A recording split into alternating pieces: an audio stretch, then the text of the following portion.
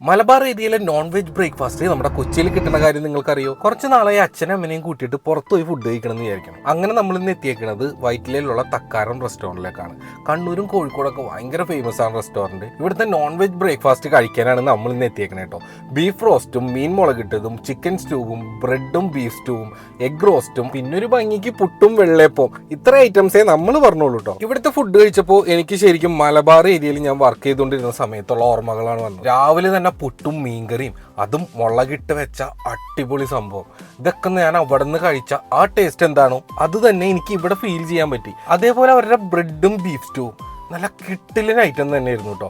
ആ ഗ്രേവി ആ ബ്രെഡിൽ നനഞ്ഞ് കുതിർന്ന് കിടന്നതിന് ശേഷം എടുത്ത് കഴിക്കുമ്പോൾ ഉണ്ടല്ലോ, നല്ലൊരു ടേസ്റ്റ് തന്നെ നമുക്ക് അതിൽ നിന്ന് ഫീൽ ചെയ്യാനായിട്ട് പറ്റും. ഈ ഒരു എഗ് റോസ്റ്റ് കാണുമ്പോൾ തന്നെ നമുക്ക് ഭയങ്കര അട്രാക്ഷൻ തോന്നൂലേ? അതേപോലെ തന്നെയായിരുന്നു അതിൻ്റെ ടേസ്റ്റും. നമ്പർ 1 സാധനമായിരുന്നു കേട്ടോ. അപ്പോൾ നിങ്ങളും പോയി ഒന്ന് ട്രൈ ചെയ്ത് നോക്കിയോ. ഗൂഗിൾ മാപ്പിൽ